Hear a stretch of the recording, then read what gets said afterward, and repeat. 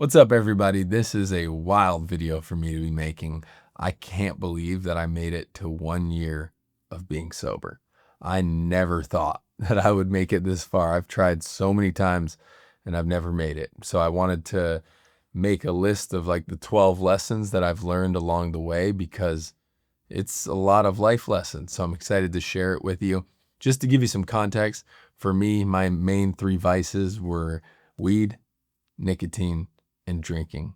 Those were the things I leaned on, and I'll talk about what I learned from removing them. Number one is I was running from hard emotions. That was the root of basically everything. Gabor Mate says the attempt to escape from pain is what creates more pain. And then Russell Brand says we use alcohol and drugs not because of the pleasure they bring, but because of the pain they take away.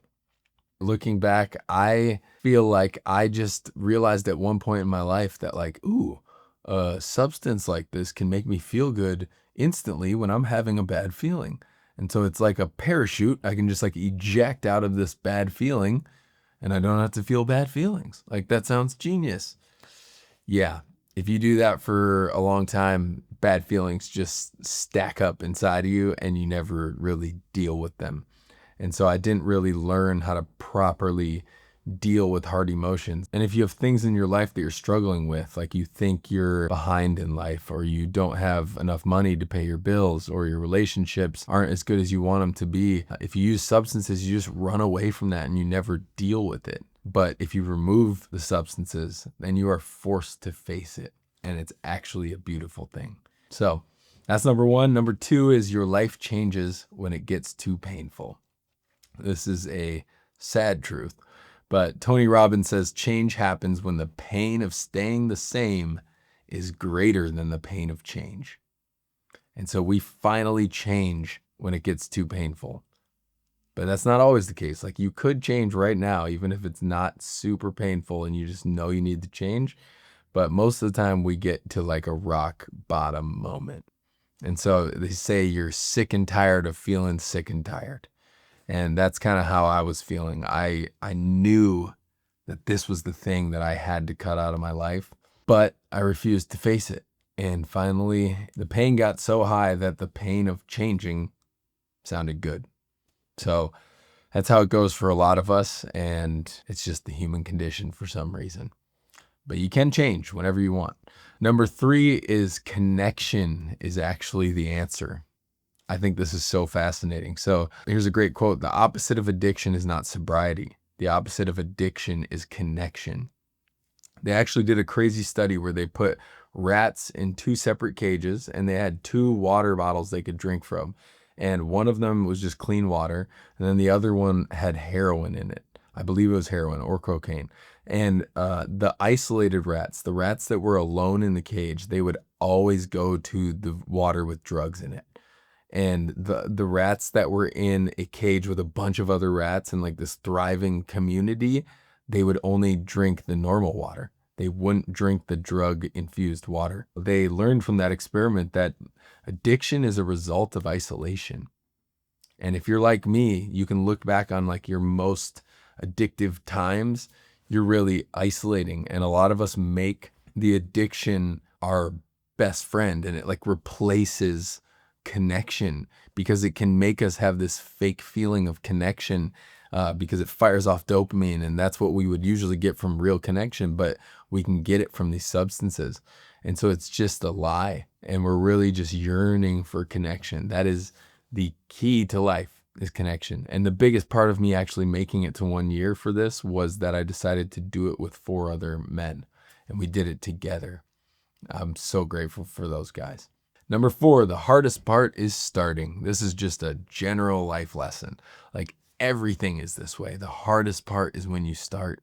A great quote from Robin Sharma says, change is the hardest at the beginning, messiest in the middle, and best at the end. And that is totally my experience. The first 14 days were really hard for me. I just wanted to use this crutch that I'd used for so long, and I didn't have it anymore. And so that's when I learned I needed to have some grace for myself and allow myself to just rest and not expect so much of myself. I just need to get through this. I'm not going to feel good yet. Like I can't expect so many years of leaning on something to just like not affect me. So I need to let my brain repair and like get rest. And then days 14 through 30 got a little better. Day 40 is when I felt like the spark of my life come back. I felt like a kid again. I've realized that's true for a lot of people. And then it just kept getting better until like day 90. But at day 90, I was kind of just faced with like the middle, where he says it's the messiest in the middle. Like the spark of the newness wore off, and I was just like, oh no, this is my life now. Like, what do I do? And that's when I had to start trying to find new ways of living. And that's when it gets messy and you start to realize that life is full of ups and downs. So that's point number 5. Life is just full of ups and downs. I used to think it was only because of like my substance use that I was feeling low or feeling high, but that's just life. It's filled with these seasons of up and down for some reason. And so one of my favorite quotes is, it's just a bad day, not a bad life. Rick Warren also says, sometimes the most spiritual thing you can do is eat a good meal and take a nap. That's what I've realized through this process, is that I just have to have more grace for myself on these bad days. Like life is just full of ups and downs, and I can't judge myself so much. In AA, they say that a lot of times you just want to use again because you're hungry, angry, lonely, or tired. Those are usually the actual cause. And so if you're tired, take a nap. If you're hungry, eat. If you're lonely, be with people. If you're angry, go on a walk and calm down. Like those are the triggers. And so I've just realized that life is full of those moments where you need to give yourself grace. You need to get through it, and you can't judge yourself too much. And so that leads into number 6, never trust your lowest thoughts. Young Pueblo has a great quote. He says, maturity is not trusting your perception when your mind is going through a storm. You know from past experience that heavy emotions make things seem more negative than they really are. That is huge. I can't make big life decisions when my emotions are low. Like I should not judge my life when I'm in a low place. And that tends to be the case as you start judging your life. But you shouldn't trust yourself when you're in a low of life. You got to just realize that you're like catastrophizing things and making them worse than they really are. And so don't judge your relationship, your job. Don't make any rash decisions when you're in a low spot. Only make them when you're like medium or feeling good. And that leads me to number 7, which is that shame was the real enemy and grace is the answer. So a great quote is, the curious paradox is that when I accept myself just as I am, then I can change. Man, is that real? I realized I had such a harsh inner critic. I was always beating myself up. And that's such a common thing for addicts, actually. And a lot of times that's what we're running from, is that voice inside of us. We just want to like numb it and shut it up. But realizing that like I wouldn't hang out with myself. If someone talked to me the way I talk to myself, I wouldn't hang out with that guy. And so recognizing that like I have a lot of power in the words that I say to myself, and I need to catch myself when I'm beating up myself and give myself some more grace. Just give yourself grace and realize it's okay to not be perfect and not have everything figured out in life. And like, it's okay. You can rest and know that you're okay. And a huge part of that, number 8, is leaning on a power greater than me or greater than you. For me, that is God. And that is everything in this journey. So a great quote for that is Corey Ten Boom says, you'll never know God is all you need until God is all you have. That is real. When you remove the thing that you've leaned on for so long, the thing you've tried to control your life with, when you think about it, we're really trying to control things by having addictions because we feel bad about something. And so our way of controlling it is taking a substance that makes us feel good automatically. When you don't have that, you have to lean on God and you have to be like, what's going on, man? Can you help me through this? Like, please, I'm sad. I'm struggling.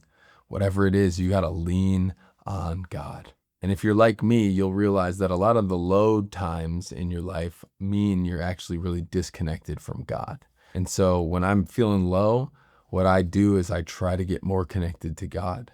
So I do a lot of prayer, go on prayer walks. I'll yell out all the things that I'm struggling with to God, just get it out. And then I'll read the Bible. That's my personal way of dealing with it. And so that's how I connect to God. And if I connect to God, I start to be in a lot better place. And so it's a direct correlation for me that I've realized through this sobriety journey.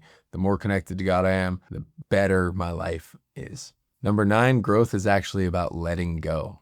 Richard Rohr says transformation is often more about unlearning than learning. And so for a long time, I was obsessed with this idea of like learning more things to make my life better, like reading a bunch of self-help books, doing more cold plunges, all these things, which are great. But I wasn't dealing with the one thing that I knew was causing me the most issues. I knew I had to remove my dependency on substances in order to experience real growth. And that's what happened. Sometimes you need to remove something more than you need to add 5 things on top. All we need to do is let go of things that are getting in the way of who we actually are. And so sometimes letting go is actually easier than adding on a bunch of things to try and make your life better. Number 10, integrity builds confidence. Integrity has been like a staple of this journey for me. And what integrity is for me is it's doing what you say you're going to do. Does your word line up with your actions? A great quote from Alan Simpson is, if you have integrity, nothing else matters. If you don't have integrity, nothing else matters.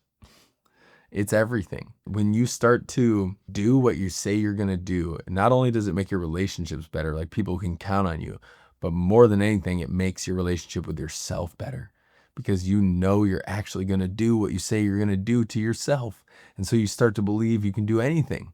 Like if you say, I'm going to go work out for 30 minutes tomorrow, and you don't do it, you lose confidence in yourself. You start to believe that like, oh, I actually am not in control of my actions. Like I can't get myself to do things that are hard. But if you do everything you say you're going to do, you start to believe anything's possible. And you start to build confidence, and your voice, the shame voice, starts to actually get positive inside of you. And so I really realized that so much of my problem was that I didn't have integrity with myself. I would tell myself I'm going to quit, nicotine all the time, fail. It's just my confidence just kept getting broken down. Or things in life, like I wanted to achieve something and I would just like give up. And so addiction just kind of leads to that broken down confidence. Number 11, I ended up doing way more of the things that I actually love because they're kind of all that I have left. And so Josh Becker says the first step to crafting a life you want is to get rid of everything you don't. And Brene Brown says you're not learning who you are, you're remembering. That has been so true for me, realizing that I don't have this synthetic thing to make me feel good anymore. So all I have is like natural highs. And so I looked back on my childhood and I was like, these things always made me so happy, like playing sports, having real conversations with people. And so I started to play more sports. I started to be really active. I started to join book clubs and Bible studies because that's where I had real discussions. I even created a card game called No More Small Talk because I hate small talk and I want to have real conversations. That's where I feel connection and I get a high from that. The link's in the description, by the way, if you want to get it. But I feel a high from that. And so I do things where I actually get a natural high now, which means I do so many more things that I actually love because I can't make a situation like, being somewhere I don't want to be. I can't make it fun just by drinking and faking it and shooting off all this dopamine that's not supposed to be shot off. Like that's not natural. And so now I do things that actually bring me joy. And then finally, number 12, this one's real, but it's kind of sad, is that being sober didn't solve everything for me. It was kind of an existential moment when I hit 1 year and I was like, oh, I'm still just a guy. I still got problems. I still have insecurities. It doesn't solve everything. It just reveals the other things that you need to work on.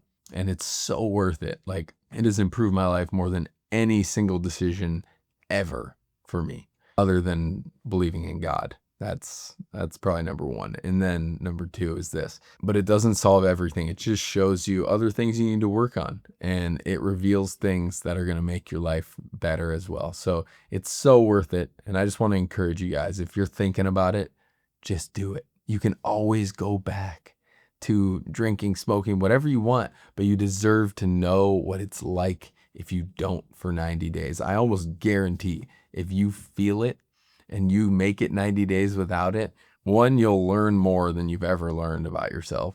And two, you might be like, whoa, I actually like life better like this. And so I'm just here to say, I promise it's worth it just to go on the journey to learn something. Like I said, you can always go back. I don't know what the rest of my life looks like. I just know today I'm not going to do it. But I know I've learned so much from this process. And so I just hope you believe that you can do it. And I hope this was helpful for teaching you the lessons that I learned. It's wild that I made it this far. I really can't believe that I've done it, but you can do it too. If you want to subscribe to the channel, it would mean a lot. It allows us to keep making these videos for free for you. I really appreciate you guys. I hope you have a great day.